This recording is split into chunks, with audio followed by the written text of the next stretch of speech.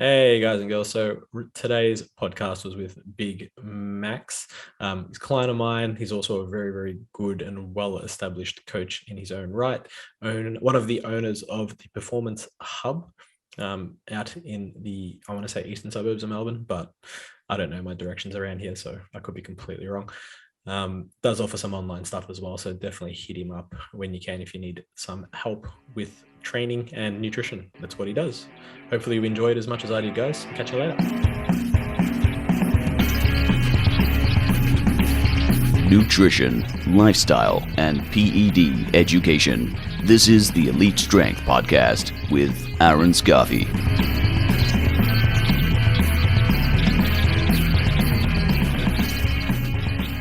All right, guys and girls, welcome to episode 4 of the Elite Strength Podcast, here with good friend, client, large human, tall, sexy man, baby daddy, Max. Max, say hello to the people. Well, don't wave. Like it's a podcast. They're not going to see you wave. Yes, it goes to YouTube, but you need to, actually talk.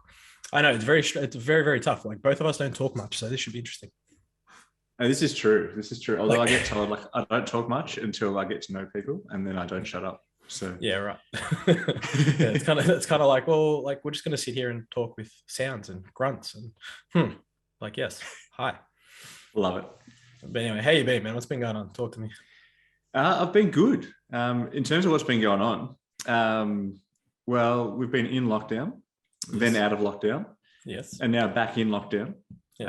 Hopefully soon to come out of lockdown. Yeah, 6 times. So, what a time to be alive. Become professionals at managing a lockdown, right? It's just what we do. Well, now it's like people are like, oh, how are you holding up with the lockdown? And I'm like, oh, we're pretty good at this by now. Like, yeah, like if you're not handling it by 6, you fucked up. 100%. How is business and stuff going? I guess what the people don't know is you opened your gym the month of lockdown, like the very first, or not lockdown, the very first COVID announcement type scenario way back in March 2020. Yeah, so start of March 2020, we opened. Yeah. So, we were pretty thorough in terms of risk analysis before pouring all your money into a business. We thought about a lot of things that could go wrong. Global pandemic somehow didn't make it on that list. I feel like a lot of insurance companies had a few issues there. Like, global pandemic, didn't add that to the list. 100%. To be honest, though, I think that at the time, obviously, it was not ideal. We were open for 3 weeks and then got shut down for 12 and then out and then back in. But on the flip side, because we've never really known what it's like to have the business not in a pandemic, we don't really know any different. So it's not like we were really set in our ways and then all of a sudden COVID came and we had to change the way we did everything. It was kind of like we were just getting started. All of a sudden there's a pandemic. So it's like, all right, well, we've just got to figure out a way to make this work. So by now, I think the positive side is we've probably got quite a flexible business model where it's like, yes, we can do, obviously the bread and butter is still we like coaching people in person. But if we need to, we can easily flip that to do a similar service online. We can do some more traditional online coaching. We can do other stuff as well. So not good, but at the same time, it's been, I guess, in 5 years' time, we'll probably look back and be like, oh, that was good because it forced us to diversify the business a little bit sooner. So overall, I would say we're probably one of the luckier ones in terms of how we're holding up with COVID. So effectively, your business was designed for COVID. It works. Yeah, well, we've become kind of COVID proof.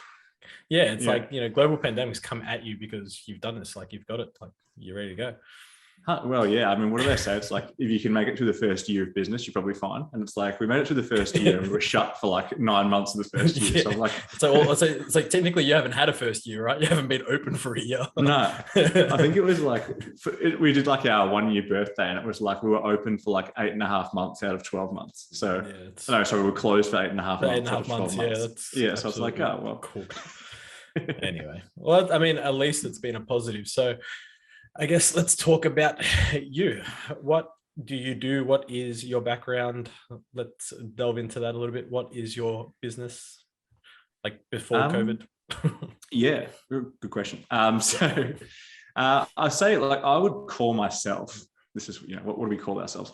I would just call myself like a performance coach. I think that best describes kind of what I do. Yeah.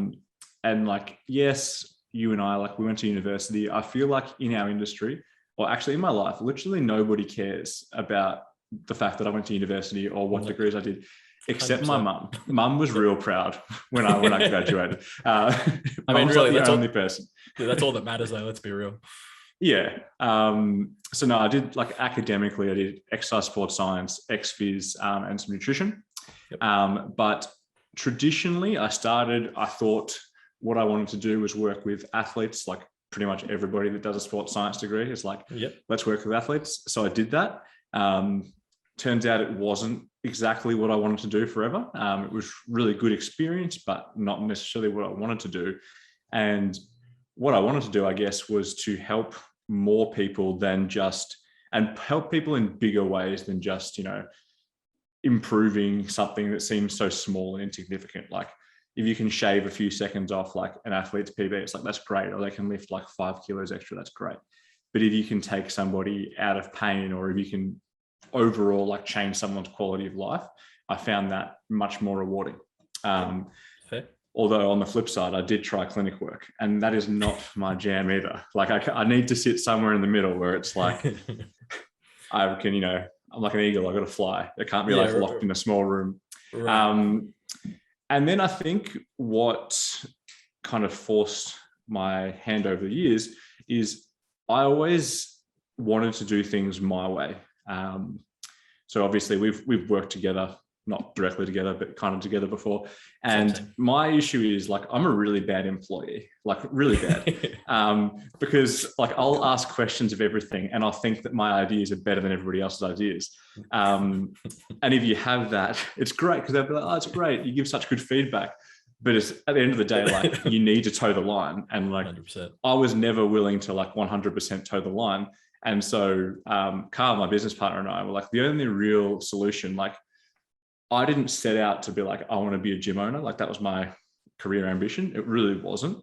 But it was like, there's nowhere where I can do exactly what I want to do and coach people exactly the way I want to coach people. So the obvious solution was, it's like, well, put your money where your mouth is. And just build your own spot. Yeah, 100%. Open your own spot. You can be your own boss, and that's it. Just do it the way you want to do it. Makes complete and utter sense. So yeah, like you said, we'd work together in a more professional sense, but I guess word professional is probably loose in that aspect. So, yeah, loosely professional. Loosely professional. But yeah, again, I like I said, we're quite similar. So it's like I do share that sort of thought process in that it's like, well, yeah, like I think I know a little bit more than the common person in this scenario because, well, of my background. So if you don't want to listen to me, that's sort of your choice, but oh well, right? Like what can you do? Just do your own shit or do what I do and just go online exactly. and not interact with anyone. It's great. Well, yeah, exactly. And I feel like now the positive is like, if people want to be coached by us, they can. And like everybody that we have as clients wants to be coached by us. Like the only reason they are our clients is because they want to be our clients, if that makes sense. Yeah. And yours is probably the same. So it's good. It's good in that sense. And then, yeah, obviously now like you're in control of your own destiny a little bit. So I like the idea that like, if things go really well, awesome. That's on us. It's like, that's because we put in the work, our ideas work. If things go terribly on the flip side, that's also going to be our fault. So, well, that's it. You bear the responsibility either way, right? So it's like, goes well, it's on you. Goes crap, it's still on you, right? Yeah, 100%. And what sort of business is it? What sort of gym do you run? What kind of training do you guys do? What is it that you offer? Like usually, and then also COVID. Yeah, no, good question. So our whole mantra that we always tell people is like, as the slogan on the wall, it's in giant letters, optimizing human performance. So it's like, we call it like, it's a performance gym. So like, obviously we've got a strength and conditioning background. So the nuts and bolts of it, it's going to be a strength and conditioning focus for the most part. Mm-hmm. But what we like to think we are is not fully married to any one school of thought. So it's like, we're strength and conditioning background, yes. But at the same time, like we'll take elements of powerlifting, we'll take elements of bodybuilding, we'll take elements of like anything that we think is going to improve someone's performance. And obviously that's going to be a bit goal dependent. But nuts and bolts, we run two kind of key models. We run semi-private, which is kind of like group personal training. So everyone's got their own program, done in a small group, obviously. But that's done kind of each month, assessment, etc. So a little bit more, what can you say, kind of a higher level service, I suppose. And then we run our group strength and conditioning. So that's like what we call group training, but done right. So it's like, it's not based on novelty. It's based on the idea of progression. It's like, we're going to get really good at doing key movement patterns and we're going to progress them over time. So it's not like Monday you come in and do something random, Tuesday you come in and do something random, and you just, sweat, get sore and never achieve anything. It's pretty much the opposite of that. So it's like a actual training program, believe it or not, but it's done in a group. a systemized approach. Who would have thought? I know. The logic behind that is just mind baffling. No, that's fair enough. So I guess you should probably actually tell people, what is your business name? I feel like we haven't even covered that yet. Gone into the business. I do this every time on these podcasts. We always go in circles. So the Performance Hub is the business name. And now we understand why he deems performance, for his business. It makes sense. Yeah, there's a lot of the word performance comes along. And I mean, the business name came along. Carl and I, we had this idea for ages. So we opened this gym, and then we got to the point where we'd signed leases and we still had no idea, what are we going to call the gym? And we had all these ideas.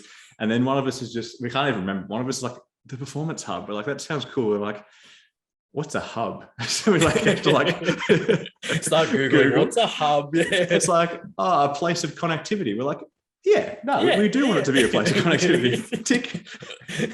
So guys, this is what you do when you don't open a gym. This is how we don't want to run things. You want to have a lot of I was stuff thinking done. Obviously in the fitness industry, there's that thing, if you're a shit personal trainer, you should probably become a business coach for personal trainers. But I want to be Carl and I could be the anti-business coaches, where it's just going to be join our 12-week course and we will tell you absolutely everything you should not do. 100%. And the number one is hire a business coach. Yeah, exactly. That's number one of the list. You have stuffed up by coming to us. The fact that you just paid me, bad idea. Bad idea, because you're going to get 12 weeks of bullshit. Fair enough, man. So business is good. So how did you adapt then, I guess, to the whole COVID thing? So being in gym, having these two types of models that you have, and having them obviously different prices, having that premium type product, and then having, a product that's a bit more entry level, I guess. How did you go about sort of keeping that differentiation on? I'm assuming you went online and then, having that, difference or point of difference, or did you just sort of make everyone the same? Good question. So there's obviously the option. So for people that want their own program, that's probably the easiest thing to take online, right? So obviously you have online clients. It's it's the same thing, depending on what someone has access to, you can program for it. And then during COVID, it's probably the actual exercise size is probably the least important part of it, to be honest. It's more the check-in, making sure someone's still, got a goal and they're actually goal oriented. Their, daily actions are reflecting what that goal is. That's probably where more of the work was. In terms of the nuts and bolts of the main program, so we had some different ideas. And again, we realized pretty quick, you can do workouts online, which we do. But if people really wanted to work out online, they could just go on YouTube and there would literally be millions of different workouts, right? But it's why don't they do it? It's so why are they going to pay us versus doing it for free? It's okay, cool. What can we bring to the table? And it's still okay, bring that sense of community. People love that. But also bring the sense that there's still a time that you train. It's still a structured session and we're still going to take it seriously. So it's we're not just going to be doing ab crunches on the living room floor for 45 minutes. It's yes, even though maybe you only have exercises, you only have access to your own body weight, right? You would know as well, you can make body weight training very, very hard, and 100%. We can still adhere to our main principle of okay, we've got progression, regression of exercises. So we'll progress or regress you based on what your starting point is, and then progress that over time and still treat it like it's a real training program. And I think that went down really well. So all those factors combined. And the best part was when we finally were able to come back into the gym, it's the people that had trained with us online for 12 weeks or whatever, and we've been doing like tempo deficit split squats and crazy shit like that. Yeah. You should have seen everybody like squat day one of the gym. It's like, holy shit, this is the best everybody's ever looked. It's like they haven't missed a beat at all. Yeah, it's like, oh, actually, because we were forced to, you know, take a break from doing like heavy bilateral stuff all the time. Well, not that we do that all the time, but because we've taken a break from that and we've focused on all these different things, it's like all of a sudden, like, oh, who would have thought, like, taking time to get really good at controlling your own body in a single leg stance, apparently that's going to carry over to all things. Absolute blasphemy. How dare you say that? Like, don't be ridiculous, Max. I know.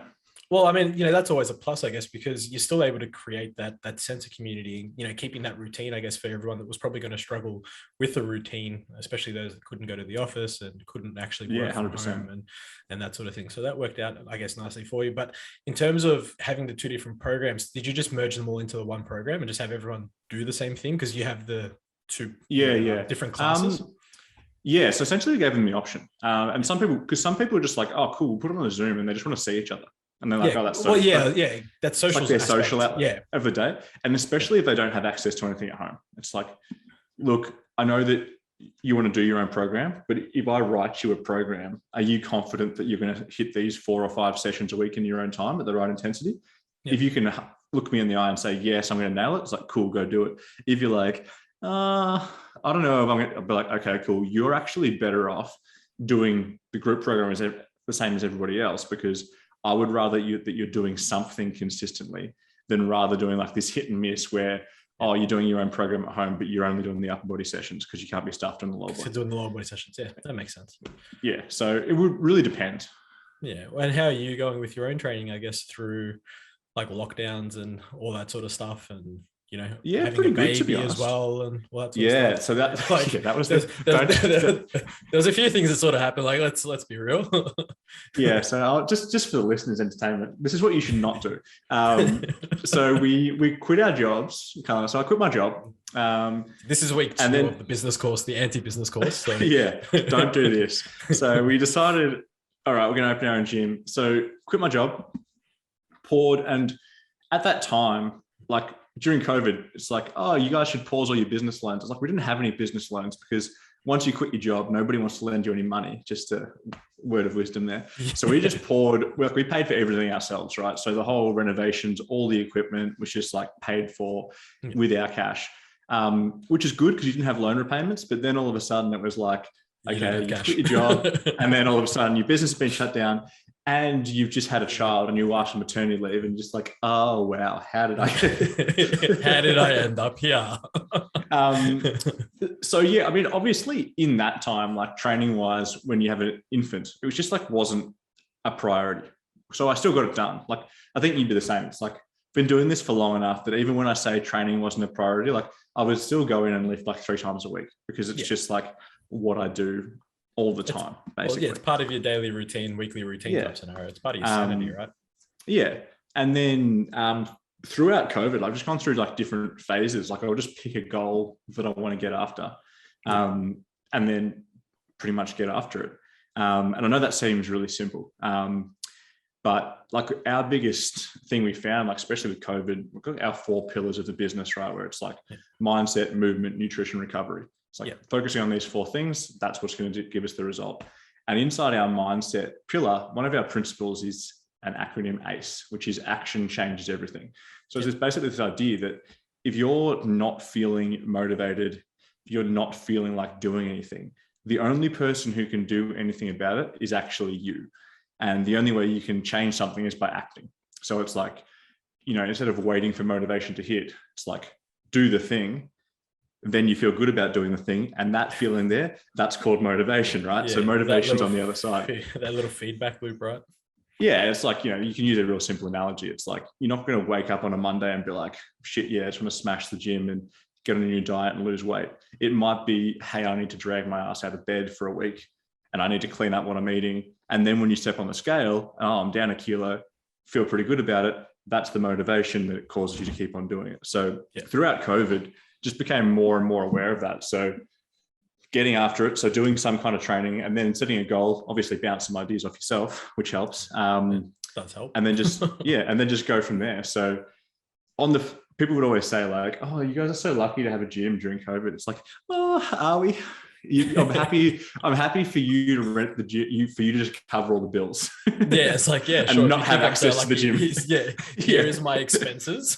You pay them for me. Thank you. Yeah, and like I think we struggled like a little bit early days of lockdown because it's like you've got all this brand new equipment, and it's like, yeah, great, we can go in there and use it, but it's like it's just this giant empty space that's just been shut down because it's not like a real positive environment. Yeah, well, like, yeah, like it's because you can't wait to get in there. And yeah, for sure. It's like it's freezing, it's dark. Yeah, like, I could imagine. And well, even at the start, like back in that first sort of big lockdown, or before that big like lockdown that we had, the rules were so like weird in that, you know, you could go to your place of work if you had blah blah blah blah blah, or if you were doing certain things. And that's when a lot of gyms were running online classes still, and it's just like it was really bizarre. Yeah, because I mean, I ended up like just spending that long on the phone and getting an exemption because I had a newborn child, and it's like I'm not going to wake up at like 6 a.m. and start doing online stuff because we had a tiny house too. We'd been to my own old house, so it was small before we moved, and it's like, hey, this is just not realistic. Like, you're telling me to work from home. I'm happy to work from home when I can, but I can't. So what do I do? And they're like, yes, get this exemption. You can go in and do that. So that was fine because I'm like, there's nobody else in the entire gym. So I'm like, it's not like it's a risk to anybody. Well, yeah, right. There's just a weird, but I mean, I guess on the plus side, it did work out for you in that you were still able to, I guess, train for a period of time when, spot on. Yeah, things were shut. So, I mean, that's a plus. Definitely. But yeah, man, so little one came along, and then how's that all going for you? Really good. Natty daddy. Yeah, the natty daddy. No, it's been good. Like that's probably been the biggest positive of lockdown, I would say. Like, because people would be like, what's it like having a baby in lockdown? I'm like, well, I don't know, because I don't know what it's like to have a baby not in lockdown. I was going to say, you've never had a baby outside of lockdown. So like, I've only got one experience to draw from here. But it was actually really good. So before COVID hit, I was probably just like in denial about what would happen when the baby came. I was like, I'll take a few days off and it'll be fine. I didn't, like, obviously never gone through it before. In hindsight, if the gym was open when the baby, I don't know what would have happened, like, because we had no staff at that time, like it would have been a disaster. So COVID was actually really good because I was able to be around for that, for those younger months, like heaps more than I normally would have been able to. Because obviously, you know what, like the PT lifestyle is like, you're not home a great deal. And then add on top of that when it's your business before you have staff, etc. So home barely at all. Yeah, we just lived at the gym essentially. So we'd get there like 5:30 in the morning. We'd leave at like 8 at night. So I wouldn't see her at all. So yeah, the silver lining is I spent 8 or so months or whatever being much more present. So in hindsight, that's really, really good. And I'm sure even now, actually, like when the immediate stress of lockdown, like even though we're in lockdown, I'm not as stressed about this one. Once all that wears off, I'm actually kind of grateful for that. Yeah. You know, the joke I make is like, you know, Dan Andrews just granted my parental leave for 8 months. So yeah, pretty much, right. I guess there's always trying to look for the positive, right? And it's like, well, you know, having a baby and being able to spend time, especially in the initial months, because, you know, opening a business, it's going to make life a lot more difficult. So we'll take the win. Yeah, 100%. Right. So what's your training goal these days? What's been going on with your training since you're able to train and whatnot? Just trying to get jacked, I guess. So that's just jacked, not tans, just jacked. Don't worry about it. I don't get tan. I just burn. It's my Irish skin. Yeah, it's not, doesn't love the sun. No, so I mean, it's actually whenever we go into these like snap lockdowns, obviously I'll message you. I was like, yeah, do what you can. And because like I think I'm finally, I'm 30 now. I'm finally getting smarter about how I train. Like it's taken a long time. Like it's been probably 10 to 15 years of doing stupid shit and being in denial about like what I can and can't do.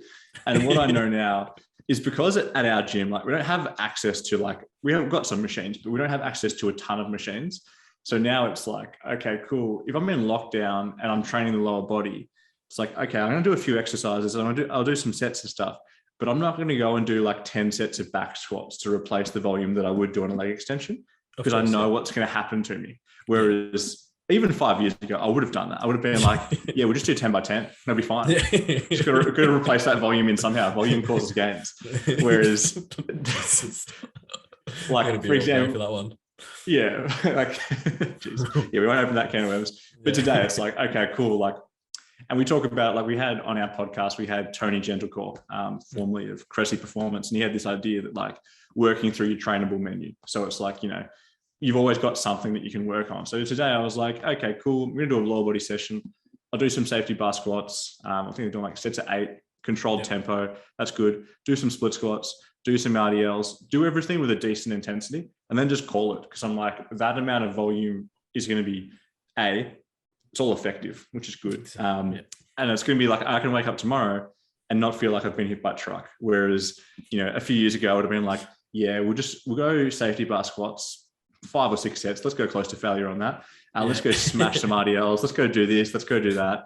Let's do some walking lunges just to get that quad burn. But now I'm like, you know what? There's some exercises where chasing the burn is a good thing, like a leg extension. Fantastic. You saw your post on that the other day, which is great. But it's like, yeah, maybe me going really close to failure for high reps on a safety bar squat isn't in my best interest. No, right? It's probably not the safest thing either as you get older. Like that stability factor there is just like, maybe we'll just chill out and we'll just be smart about this.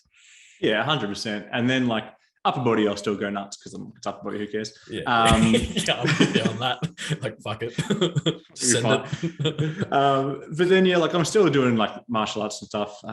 Jiu-jitsu. Been trying to get back into that a lot, and I'm like, yeah, if I can get more jacked, that'll help that. I don't actually, at the moment, don't have any like true competitive goals. Like, I like doing jiu-jitsu, and there's a competitive element in there. But I'm not trying to be world champion or anything like that. I just want to train consistently. At the moment, it's like the business goals, the, you know, at-home family goals are probably a little bit higher up. But like we said before, like, training for me is always going to be like a top 3 priority on any given day. So you still get it done, you still go hard, but it's like, here's a lesson, kids. Once you get married, have a kid and start a business, it's like, yeah, your aspirations of doing anything competitive, they just slowly sink down. Just make sure you guys write that down for those. If you want to do anything crazy competitive, do it before all of the other things. So with your jiu-jitsu, like, how's that going? Obviously, being in and out of lockdowns doesn't help. Let's be real. I mean, aside from lockdown, it's been good. So it's just something as well. Maybe I'm getting smarter and wiser. But I've traditionally had like this kind of all or nothing mentality where if I couldn't train 5 days a week, then I just be like, oh, there's no point. I'm just not going to get better fast enough. Not realizing that, you know, probably training twice a week is far better than training 0 times a week. Yeah. Yeah, I know. No, so it's been really good. I find it's quite therapeutic in a way as well. It's a good outlet because, you know, what we do is so, I guess, based on doing the same things repetitively and mastering those things, which is great. But then it's like when we train, I'm doing pretty much the same thing. So I very much practice what I preach when it comes to here's my training, here's my coaching. Stepping outside of that for jiu-jitsu, and I just like to like turn up. I mean, sometimes, yes, they'll get me to run a class, but like for the most part, it's like I don't really have to teach anything. I don't have to worry about anything. I can just go fully into student mode and just train. It's nice being the student, right? Where you don't have 100%. to worry about doing anything else. Yeah, you just. That's why I pay you. I'm like, Aaron, what am I doing? I don't want to think about this myself. Yeah, it's like, if I think about it, I'm going to fuck this up. It's like, it's literally why I have a coach. It's the same principle, man. It's like 100%. People are like, why would you have a coach? I'm like, you don't understand. Like, once you've allocated so much of your bandwidth to everybody else's training programs, the last thing you want to do is think about your own. That's number one. And then number two, you're liable to overthink everything about the program you're writing. So I'm like, no, it's far better just get somebody else who you trust, who's knowledgeable. Just get that person.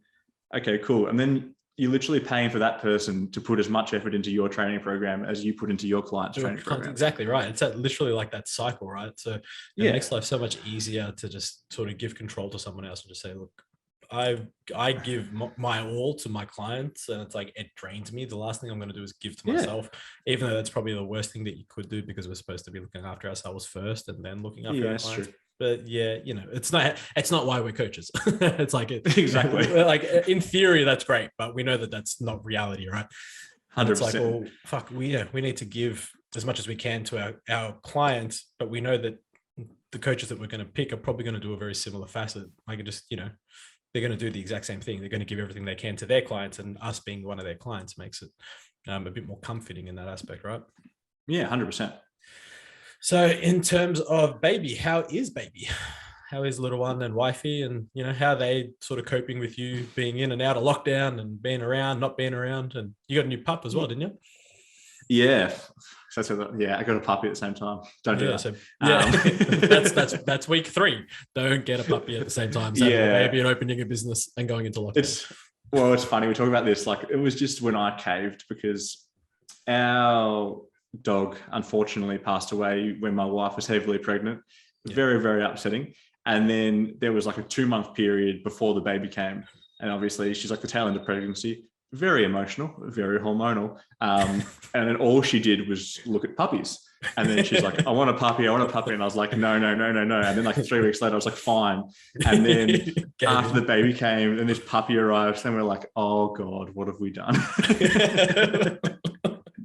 So you're cleaning up after baby, after puppy, after everything. Yeah, God, don't recommend that. But no, everyone's good, man. Like, it's good, like watching. Obviously, when it's your own child, you're obviously ultra interested. But just watching their development, watching how they learn, they develop like a sense of humor. It's really rewarding in that aspect, actually. So that's been really, it just makes every day a little bit more fun, because you can just, that's like people watch puppies. It's like the same thing with a baby. Like, you just watch the baby and the baby does all this hilarious stuff. So it's good. But no, they do pretty well. Like, obviously the good thing is, it's like, we're going to lockdown now. The way I look at it, it's like, more time at home at the moment isn't a bad thing. And in terms of how they deal with going in and out of lockdown, my wife would be like, oh, here we go again. But she's like, oh, well. And I'm like, yeah, that's pretty much all you can say. It's like, oh, well. And then obviously my daughter, she doesn't care if we're in lockdown or not in lockdown. In fact, she probably loves being in lockdown. She's like, everyone's home all the time. It's like same as the dogs, right? Like, there was a funny meme that it was like a conspiracy from the dogs to create lockdown so that the owners would be at home more. It's like 100%. So the dogs and the babies. Just loving life. I was gonna say, how does sort of your wife sort of handle or go with like yourself in terms of the business, especially at the start, with everything happening, and then the lockdown sort of happen, coming on? Because I imagine, pregnant, stressed as hell, probably starting to finish up. Because I think when you had the little one in April, May. April. So so everything was so close together, like. Yeah. So, I mean, I think the initial lockdown was pretty hard around like the pregnancy aspect, because there was talk like they weren't going to let any partners into the hospital. So she had to do the whole thing by herself. I managed to be there, but like, you can't stay. There's like little windows and stuff. Yeah. That's annoying. And then it was like, you can't have visitors to your house. You can't do this. So it's like, she felt quite isolated for that period. But once they started to ease things a little bit, much better. In terms of like the business side, like, obviously very, very supportive, which is great. And I guess like, probably, I think she found it a little bit harder because she was on maternity leave. So obviously her income goes to like half pay. And then obviously the business gets shut down. Not ideal. But I think because I felt like I had some kind of control over the situation, like in terms of like, okay, cool, this isn't good, but if we do X, Y, and Z, we can probably still grow the business in lockdown. It's going to be fine. Whereas obviously she's on the outside, so she doesn't see the inner workings. All she sees is like that aspect. So obviously very stressed, but I think once started to explain, she started to understand like, okay, this is going to be fine. And then once it was like, okay, cool, we've got through like that first big lockdown. And then when it got staged to like when she's going back to work, now I'm like, listen, nothing will ever be as bad as those first like 6 months of the business when we're in lockdown and everything shut down. From here, everything will always be better. So I think these days much better. Yeah, that's always good. I mean, I can imagine just, everything sort of compounding, and then in the 1 to 2 months, and it's just like, everywhere you turn, there's a hurdle. It's like, for fuck's sake, like, what do I do? Yeah, 100%. Like Carl and I always joke, like we're saying that got to this point when we've probably been open for like 3 or so months, and we're like getting like this sick feeling in the stomach, like tightness, and like turns out that's called anxiety. Who would have thought? Because I was like, oh, I just feel like sometimes I just get like this, and he's like, me too. And we're like, that's so good. Okay, week 4 of the business course. Business course. That not warning signs. Yeah. Yeah, it's not indigestion. It's actually anxiety. Yeah, you haven't eaten either, so it can't be indigestion. It's anxiety, and then anxiety is stopping you from eating. Yes, not ideal. So how is Carl actually? So your business wife will call him or her? No, I'm joking. Yeah. Well, people like definitely assume we're gay all the time. I mean, look, I'm not going to lie. You can see why. Yeah, especially when we go to cafes, right? Because like we go to cafes, like and get coffees and shit all the time, and we're always like one person will just order for the other person because like know what the other person's gonna have. Yeah, of course. And you've been working with each other for what, like 6 years now or something, 5 years, whatever. So, it is. Yeah, exactly. So, and then like the tone of voice of the waiter or waitress will change a little bit. It's like they're like, "Oh, this cute gay couple." We're like, "Okay, whatever." Whatever. As long as you get free food or free coffee, you fucking ride it, mate. Exactly. No, but he's good. He's good. He's very similar to us, I suppose. So he's what else is he up to? He's meant to be getting married in February, which like we're like, oh, that'll be fine, no lockdown issues. But now obviously it's like, there's going to be lockdown issues, I feel like, dude. Yeah. Like there's always going to be lockdown bloody issues. What can you do? But no, aside from that, it's good. Like we've just been, like our lockdown tip for everybody is just try and be as proactive as possible. Like we were saying before we started recording this, you were saying like you're trying to produce content, stuff like that. We pretty much do the same thing, like try and be reasonably busy. Like we've got like an internship, mentorship that we're writing out now. So that's pretty much done. So we're just putting together modules for that. Doing some social media stuff. You'll love this. We decided we'll do this like program ebook, right? We're like, we'll just chuck something together first lockdown. It's going to be about 150 pages. You know how many people have come to me and said that it's like, I was going to do like a 10, 12 page ebook. It's 300 pages deep. It's like because I'm like, oh, well, we can't not say that. Oh, we can't not say that. Yeah, 100%. Like, believe me. I'm writing. I'm like you. I'm writing my mentorship and my course as well, and it's kind of like this is meant to be a 12-week like basic foundations of hypertrophy, and I'm like, oh, like what's a foundation of hypertrophy? Like, do I start talking about like all these biochemical processes that happen? It's like, no, that's for intermediates. Like, you just go down rabbit holes. Yeah, I can't help it. So. Now what we've had to do is we'll still have that ebook, but then we've actually had to put the program itself as a separate ebook because we're like, well, nobody's going to want to read through these 150 pages just to find the program. Yeah, 100%. You need to get both now. So it'll be like a double download. But it's been good just to have that, I guess, to work on though. Like I think, I don't know about you, but in lockdown, like the only thing I've ever struggled with is like, if your whole routine gets disrupted, then you like lose, I guess, a sense of purpose because it's like, oh, well, what do I do now? I guess maybe less so for you. Obviously, I do online coaching as well, but you do it pretty much at a full-time capacity. So I guess your day-to-day is pretty much always online. Whereas for me, I was just like, what am I going to do? Whereas if I have something to be working on, it's like, okay, cool. Every day I've like at least achieved something. Of course. Yeah, that's fair. It's like having daily targets and like KPIs for yourself just so that you can get through 100%. And make it a bit easier. Yeah, because otherwise I'm like, I'll just be sitting around doing nothing, but then feeling bad about sitting around doing nothing, and that's just not healthy for anybody. No, right. How's the contrast between, I guess, you and Carl when it comes to the business? Because I know like you guys are very similar. There's one control like certain aspects, and then the other controls other aspects. Is it completely joint decisions on everything, like from programming all the way through business decisions? Like, how does that work? Good question. So it's been at the start because like my stepdad he's an accountant, and he's like here's what you should do to set your business. Like you need to have defined roles. We didn't do any of that. We were just like, we'll see how we go. We're just gonna wing it. Got it. We'll just wing it, which we pretty much do. Like in terms of like who has say, like we're equal partners, so it's like everyone has equal say in everything really. We did joke that if we ever have a massive disagreement on an issue, that the only way we'll resolve it is we'll just do a battle on Mario Kart, and it's just like whoever wins the battle tournament, that person gets to decide. Man, it is the best way to solve business disputes. we pretty much like agree on everything. I mean, the only disadvantage to that, I guess, is like if you had somebody you didn't agree with, potentially that person would bring different skills into the business, whereas Carl and I are like the same person. So it's pretty much the same person running the business. But yeah, we don't disagree on really anything. So that was going to be my next question. Have you had any real like actual disagreements yet? Because I can't imagine you guys ever really disagreeing on much. Nah. And even like when we were joking, like when we were like doing the fit out of the gym with no idea what we were doing, we just kind of alternated days when you'd have a mental breakdown. So like one person would have one day and the other person would be like, don't worry, mate, it's fine, we'll smash this. And then next day to be the other person having a breakdown. And you'd be like, no, don't worry, we got this. So it's good in that respect. Because I think it would have been much harder to do the whole COVID thing, like flying solo.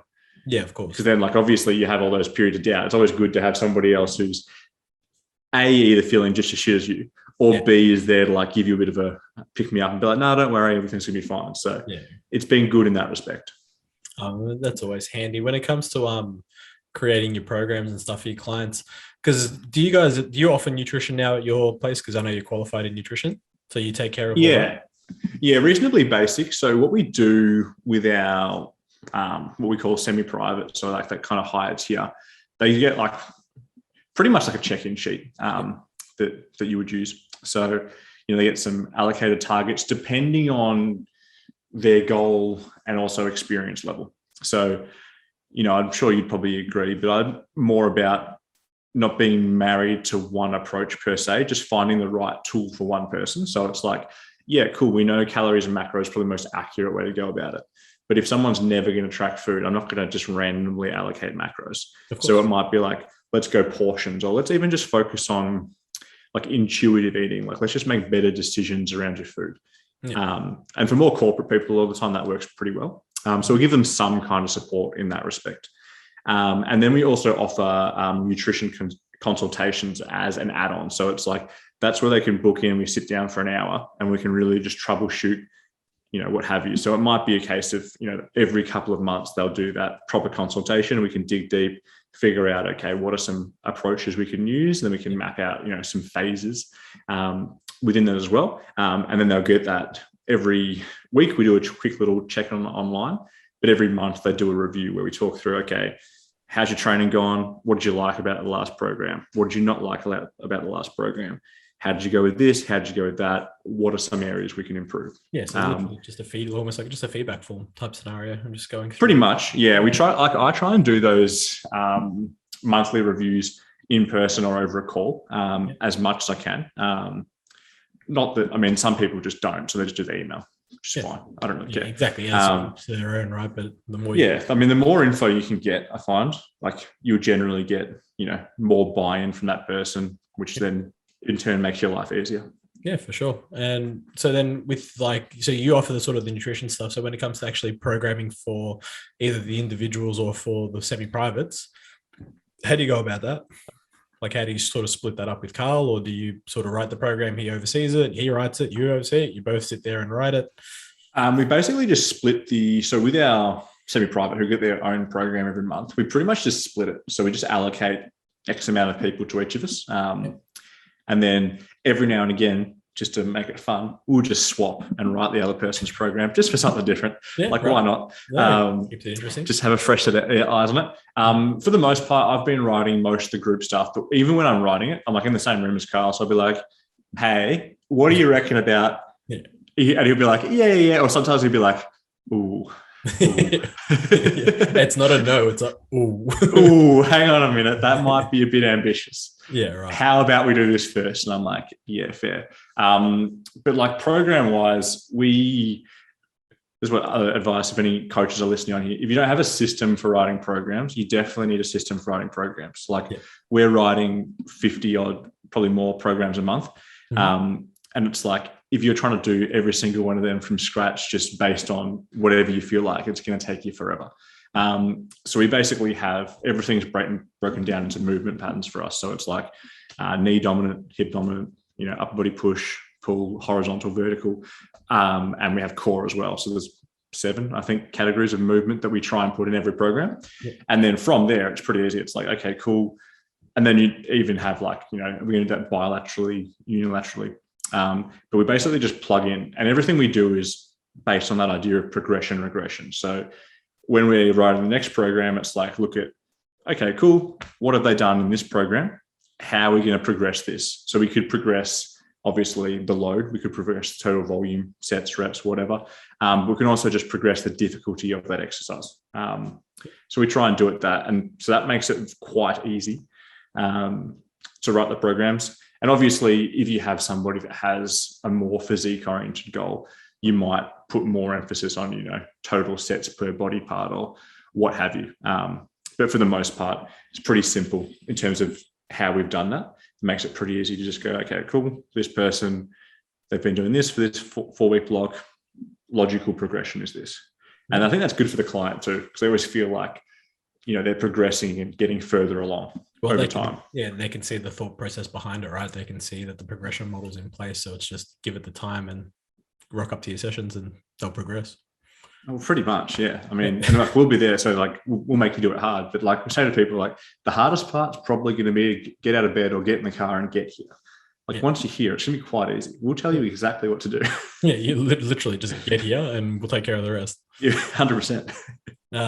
Do you guys do many one-on-one sessions at all, or is it just occasionally? To be honest, I try not to these days. I feel like just in terms of our time, which is not like we're not really time rich, time poor of anything. That semi-private model allows us to work better. And I'm like, I try and push people towards that anyway, because I'm like, this is a much better way for you to train, to be honest. Like you're going to be in the same area as the gym. You're going to be with me. I'm going to give you the same feedback that I would give you whether or not there were other people here. And this way it's just cheaper for you. So you may as well come in the semi-private. The only time we'll do with people are like ranked beginners or like a rehab client. That would be the only exception to that, where it's like, okay, cool. Somebody needs a little bit of TLC, learning how to do just the basic movements. So before they're comfortable doing it, even though they're supervised, semi-supervised, or if it's like a rehab client where they need, a lot of extra attention, that would probably be the only times we're doing the true one-on-one. Yeah, fair. And do you have any like online, besides COVID online, like do you have any online component to the business? So if your gym's up and running and whatnot, having online clients, whether they be nutrition or nutrition and training or just training only type scenario? Yeah, no, we do. So we have some kind of like traditional online clients, I guess. And some of them will be, clients that we've had that have had to move away, or they'll just be, someone will be like, oh, I go to this really great gym, but that person will be too far away. So I haven't really had to market that too much. It's more so people that want to train with us, but can't train with us. Then they'll get the online, which is pretty much where we'd use the same systems throughout the online program, do their training, look at some video feedback, of them doing the lifts, traditional kind of online training. And then we do athletic development as well. So that's like more sports focused. Yes. And with that, we have online clients for that as well. Cool. So we do that in-house in the gym, which is kind of semi under the same brand, which is Impact Performance. And that's specifically at sports club athletes. So football, some cricket, hockey, a few things like that. So that's more like your traditional S&C. Yeah, you had a few teams in, right? Was it high schoolers maybe? Yeah, so that'll be the next step. And that's something that we really want to launch. We want to launch properly. So it'll be when we're confident there won't be a lockdown for a little while, doing like the junior athletic development as well. So that'll probably be like some after school, even like school holiday clinics and stuff like that. Yeah. That'll be the next step. But at the moment with the uncertainty around COVID, it's like, well, it's impossible to plan stuff like that. So of course, we'll just put that on the back burner. No, fair, man. Well, to wrap up, I tend to always ask one question. 3 people that you follow on Instagram that have some form of influence on your current life and situation. So don't have to be training. It can be whoever it is, or for whatever purpose, I guess. Like who is it that you follow or that you see in your newsfeed that sort of, I guess, helps you day to day? It's a great question. A lot of the time I try not to look too much on Instagram, I'll be honest. I like to read a lot more. I'm a bit old school. Yeah. But in terms of profiles, there's this guy, like sub-elite strength coach, I think his name is. Yeah. I mean, as much as I appreciate the plug. I like some of the mindset people. Not that I could name names, but I mean, training-wise, I think I like people on Instagram that can give information and make it a little bit entertaining at the same time. Because for me, I'm like, okay, cool. Like, it's like a highlight reel, right? So as I'm scrolling, it's like, as much as I want it to be informative, it also needs to grab your attention. Of course. Business-wise, I think Pete Dupuis puts out some really good stuff, which is Pete Dupois, I believe. I believe that's how you pronounce his last name. Yeah. He puts out some really good like fitness business stuff. I think Dr. Ben House, he puts out some good nutrition tips, which is like all common sense shit, right? But like in a nice way that's like a little bit different against the grain. And who puts out stuff that's hilarious? I think Pat Davidson's Instagram is hilarious. I don't know if I'd put it as like, it inspires me, but I'm like, I just look at it. I'll give him a plug because I'm like, I put it and I'm like, it literally makes me laugh out loud every time he puts up a video. He's abusing everybody, which I'm like, that's the point of Instagram, I guess. So, just to abuse everyone and tell everyone they're not good enough. Yeah, definitely. Just to tell everybody their shit. They're good. And I mean, all the traditional, like the RP guys are great. Eric Helms puts out some really good stuff. Jackson Pios puts out some really good stuff for nutrition stuff. There's heaps of good people. I guess the flip side is there's probably more bad people than good people. Yeah, you're not wrong on that. All day for that. 100%. All right, man. Thanks for jumping on. No worries, buddy. And thanks to the listeners. Hopefully you got a bit of a kick out of that one. And we'll be back very soon with a new episode. Thank you, Big Boy Max. No problem.